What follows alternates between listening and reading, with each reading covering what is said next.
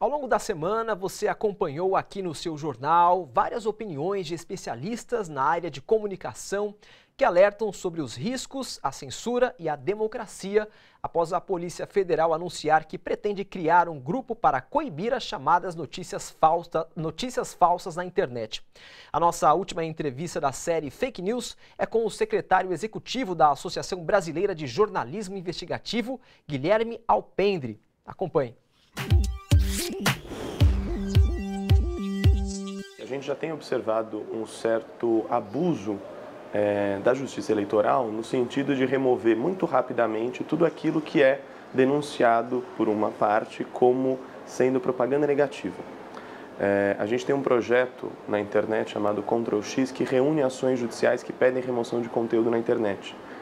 Já tem mais de 3.000 ações e perto de metade delas está na justiça eleitoral. Porque é muito comum que um candidato, ao ver uma notícia, um anúncio, um panfleto, uma manifestação em rede social que contraria os seus objetivos, ele peça à justiça: olha, isso me prejudica, quero que seja removido. O que nos preocupa na questão da fake news é exatamente isso.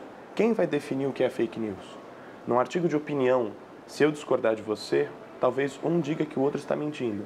E aí vai a Polícia Federal, o Ministério Público Federal e a Justiça Eleitoral vão decidir quem tem razão e quem não tem. A outra parte pode ser considerada fake news e isso é removido.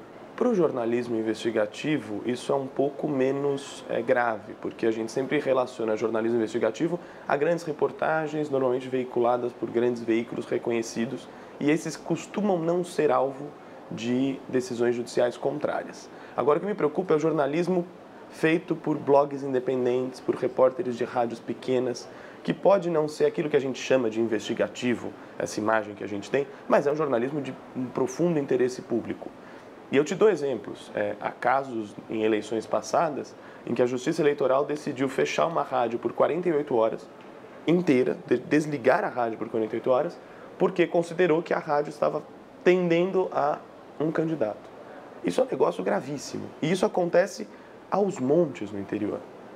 Blogs são censurados, páginas no Facebook são censuradas. Assim que sair uma lei, uma proposta de lei, um projeto de lei, uma medida provisória, não sei como é que isso vai vir, aí sim a gente se articula com outras organizações da sociedade civil e faz o mesmo movimento que a gente fez quando, na reforma eleitoral, mini reforma eleitoral, talvez micro reforma eleitoral desse ano, tentaram censurar pesquisas eleitorais num período de 15 dias antes do pleito.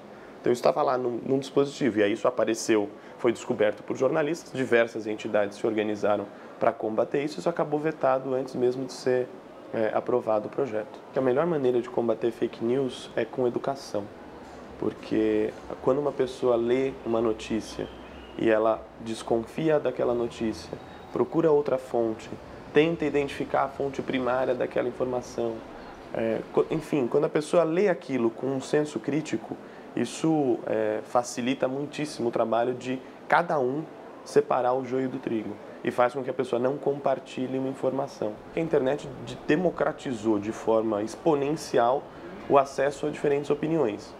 E isso não pode ser ruim, isso só pode ser bom. Mas é preciso que todo mundo saiba navegar nesse mar de opiniões e entender de onde vem cada uma e usar essas informações para formar a sua própria.